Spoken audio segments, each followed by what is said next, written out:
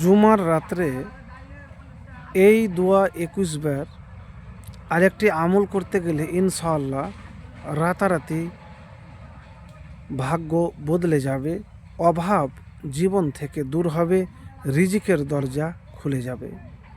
তো প্রিয় ভাই আমার, আমি যে আমলের কথা বলবো সেই আমল হলো দুরুদ শরীফ। জুমার রাতে আপনি বেশি বেশি করে দুরুদ শরীফ পাঠ করবেন। কোন দুরুদ? যে দুরুদ নামাজের মধ্যে পড়েন।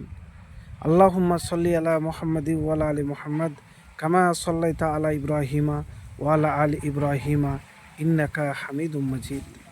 আল্লাহুম্মা বারিক আলা মুহাম্মাদি ওয়ালা আলি মুহাম্মদ কামা বারাকতা আলা ইব্রাহিমা ওয়ালা আলি ইব্রাহিমা ইন্নাকা হামিদুম মাজিদ। এই দুরুদ জুমার দিনে আপনি বেশি বেশি করে পাঠ করবেন। কেন জানেন? দুরুদের ফজিলত সম্পর্কে যদি আপনাকে বলি তাহলে শেষ করতে পারবো না। রাসূলুল্লাহ সাল্লাল্লাহু আলাইহি ওয়াসাল্লাম বলেছেন, যে একবার আমার প্রতি দুরুদ পাঠ করে আল্লাহ রাব্বুল আলামিন তার উপর 10টি রহমত নাজিল করেন, বর্ষণ করেন। 10টি গুনাহ তার মাফ করে দেওয়া হয়। আর এক হাদিসে আছে, যে দুরুদ না পাঠ করে, যে দুরুদ পড়ে না, তার দোয়া কবুল হয় না, আসমানের নিচে ঝুলন্ত থাকে। আর এক হাদিস আছে, রাসূলুল্লাহ সাল্লাল্লাহু আলাইহি সাল্লাম বলেছেন, কিয়ামতের দিন দুনিয়াতে যারা আমার উপর বেশি বেশি করে দুরুদ পাঠ করেছে আমার নিকটবর্তী থাকবে। তো প্রিয় ভাই আমার, অনেক ফজিলত আছে দুরুদ পাঠ করার। তো অবশ্যই আপনি দুরুদ শরীফ বেশি বেশি করে পাঠ করবেন। কতবার পাঠ করবেন? যতবার আপনি পারবেন। কিন্তু প্রত্যেক জুমার রাত্রে, মানে বৃহস্পতিবারের দিন যে রাত্রে, জুমার রাত্রে আপনি দুরুদ পাঠ করবেন। আর যে একটি দোয়ার কথা বলছি সেই দোয়া হলো 21 বার নিয়মিত প্রত্যেক জুমার রাত্রে আমল একবার করে দেখতে পারেন। আর তারপরে আল্লাহর কাছে দোয়া করবেন।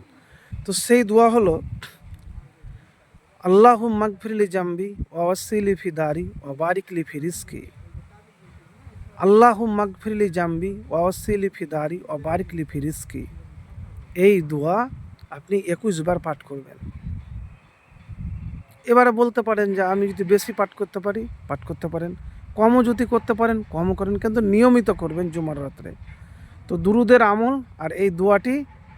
আর একটি আমলের কথা বলবো, সেটি হলো মুনাজাত। আল্লাহর কাছে দেখেন, দুনিয়াতে যখন কোনো মানুষ যদি ভিক্ষাও করে তবুও তাকে পরিশ্রম করতে হয়, বাড়ি বাড়ি যেতে হয়। তো আপনি আল্লাহর কাছে যদি না চান কষ্ট করে, ধৈর্য ধরে, তাহলে তা পাবেন না। অতএব আল্লাহর কাছে হাত দুটিকে উঠিয়ে আল্লাহর কাছে দোয়া করবেন। আল্লাহ খালি হাত ফেরত দিতে লজ্জাবোধ করেন। তো প্রিয় ভাইরা আমার, এই আমলটি কখন করবেন?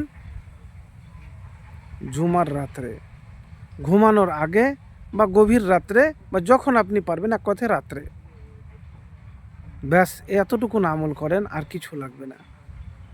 প্রিয় ভাইরা আমার, জুমার রাত এই জন্যই বলছি, এই রাতটি হলো পবিত্র রাত আর পবিত্র দিন।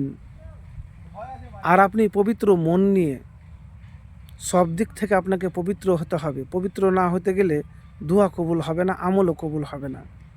তো প্রিয় ভাই, একবার আমলটি করে দেখুন। রাতারাতি আপনি ধনী হয়ে যাবেন, রিজিকের দরজা খুলে যাবে, চাওয়া পাওয়া ইনশাআল্লাহ পূরণ হবে।